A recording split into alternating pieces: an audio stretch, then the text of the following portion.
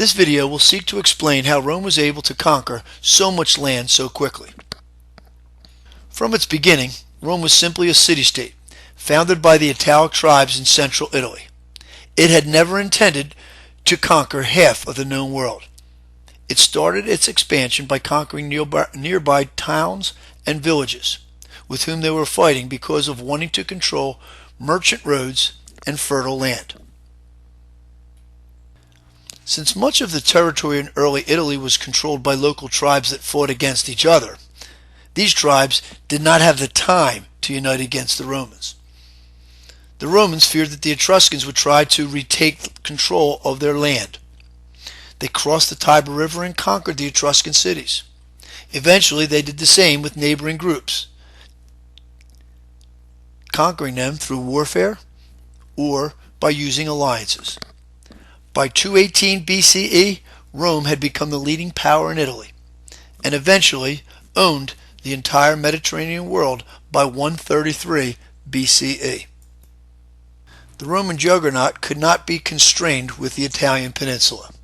Rome methodically conquered much of the land mass around the Mediterranean Sea, including major empires as Carthage, Greece, Syria, Persia, and Egypt. They also began to expand into the north and west, pushing back the Germanic tribes. How were they able to do this? There were 5 reasons. Reason number 1, naval dominance. In conquering the Italian peninsula in the 3rd century BCE, the Roman Republic gained control over long stretches of coastland. This position boosted the wealth of Rome and necessitated the push to build up a powerful navy. The navy was used to compete against rival Carthaginians of North Africa. Rome copied the cutting-edge Carthage ships.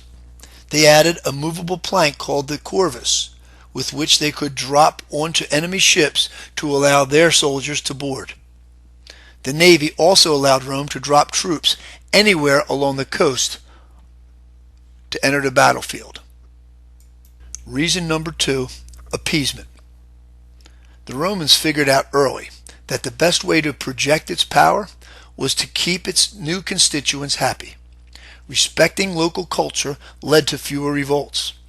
This allowed the military the freedom to conquer and continue expanding Rome's sphere of control.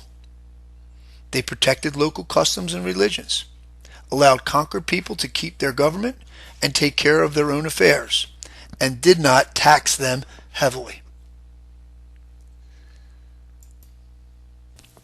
Reason number 3, stability and standardization.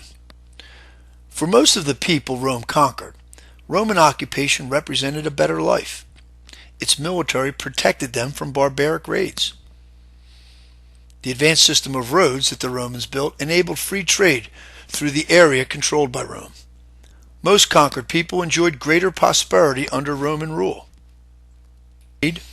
Currency, laws, and measurement systems were all standardized under Roman rule. This equality improved trade, government, administration of law, and travel throughout Rome's borders. Reason number 4, technological advancement. Rome brought innovative new ideas to its provinces. Aqueducts to provide running water sprang up. Cement mixing for better construction became the norm, and architectural design was mastered.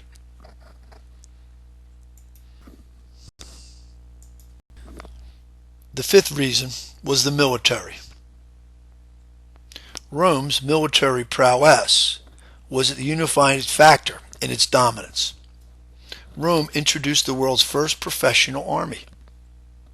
Legionaries were more trained and disciplined than any other force.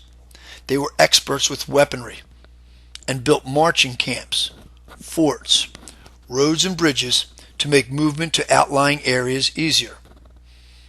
The Roman soldier was expected to carry up to 80 pounds of equipment to complete these assignments. Which of the aforementioned reasons do you think was the most important for Rome's expansion?